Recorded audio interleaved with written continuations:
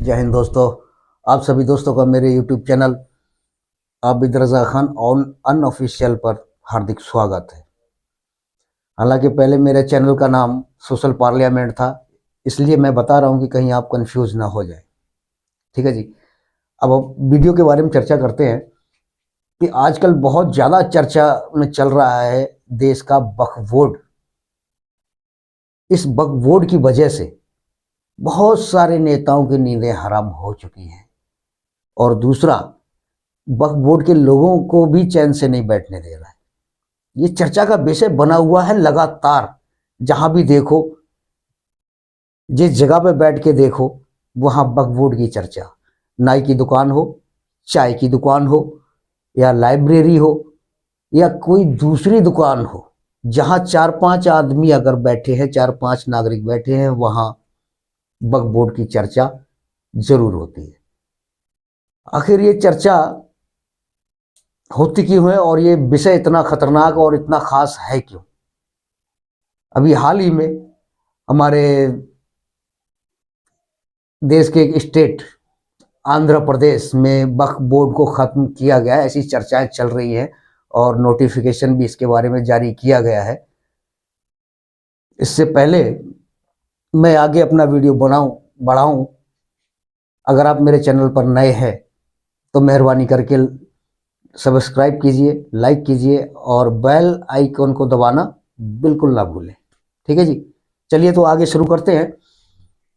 देखिए, ये बिल्कुल भी किसी भी देश के नागरिक को इस चीज का अंदाजा बिल्कुल नहीं था कि आंध्र प्रदेश स्टेट में वक्फ बोर्ड को खारिज किया जाएगा या खत्म किया जाएगा।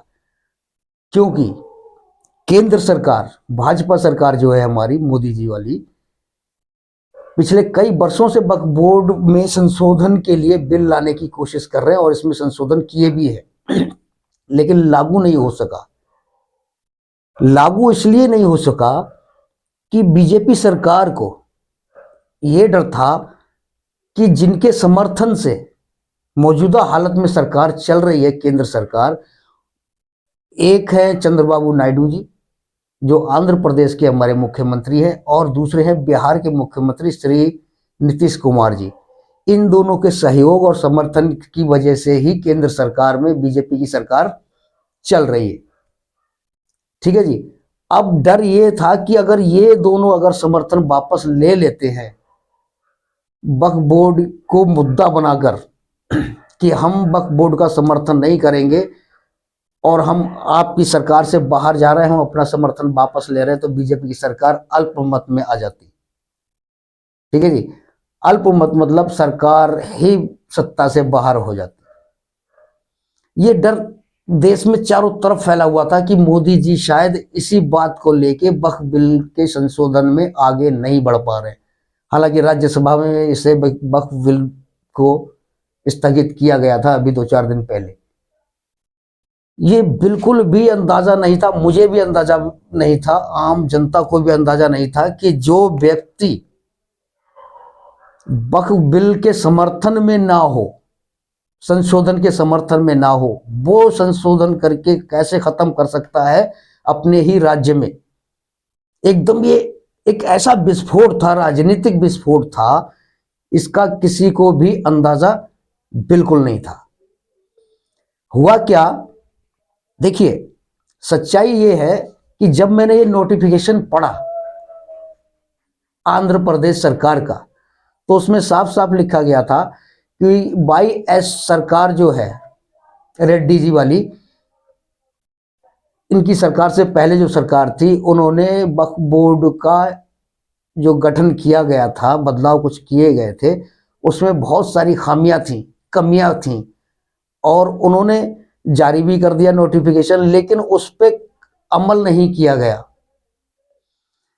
और कई रिक्त पद जो थे वो खाली थे, मुतवल्ली के या चेयरमैन के, जिसकी वजह से वक्फ बोर्ड में निष्क्रियता सी आ गई थी। मतलब वो पूरी तरह से कारगर नहीं था, वो काम करने के में सक्षम नहीं था, कोई भी काम नहीं हो रहा था वक्फ बोर्ड के वहां पे अधिकारियों में, क्योंकि बहुत सारे पद खाली थे, और कई शिकायतें भी आ रही थी, जिसकी वजह से चंद्रबाबू नायडू जी ने इसको GO47 को निष्क्रिय करके GO75 लागू किया है। कुछ दिनों के लिए इसे खारिज किया है और कुछ दिनों के बाद इसे लागू किया जाएगा। जो रिक्त पद जो है उनको भरा जाएगा, तब कहीं जाके ये वक्फ बिल बोर्ड दोबारा लागू होगा। आंध्र प्रदेश में खत्म नहीं किया गया है, इसको निष्क्रिय किया गया है फिलहाल मौजूदा टाइम के लिए, कुछ वक्त के लिए, क्योंकि इसमें बहुत सारी कमियां थीं और शिकायतें भी आ रही थी आम जनता की तरफ से, क्योंकि अधिकारी पूरे नहीं थे, उनको चलाने वाला कोई नहीं था। इस वजह से इन्हें निष्क्रिय किया गया है। लेकिन आम जनता में ये हो गया कि भाई वक्फ बोर्ड को खारिज कर दिया गया है, जो मोदी जी ना कर सके वो चंद्रबाबू नायडू जी ने कर दिया है। ठीक है जी, ये सुनने में बहुत ज्यादा अटपटा सा भी लग रहा था, एक अचम हैरत वाली बात थी कि वक्फ बोर्ड को खत्म कर दिया गया। हालांकि ये स्टेट राज्य से जुड़ा मसला है, स्टेट से जुड़ा हुआ मसला है, केंद्र सरकार में अभी ये नहीं आया है। केंद्र सरकार का जो संशोधन बिल है वो कोई दूसरा ही है, उसमें बहुत सारी, उसमें भी कई बदलाव किए गए हैं। ठीक है जी, ये हद से ज्यादा इतना लोगों को परेशानी में डाल चुका था और अभी भी है। लोग बेचैन है, आखिर में इसका होगा क्या। अगर चंद्रबाबू नायडू जी केंद्र सरकार में अगर समर्थन करते हैं इस बिल का मोदी जी की तरफ से, तो हो सकता है ये खारिज हो जाए या उसमें संशोधन किया जाए।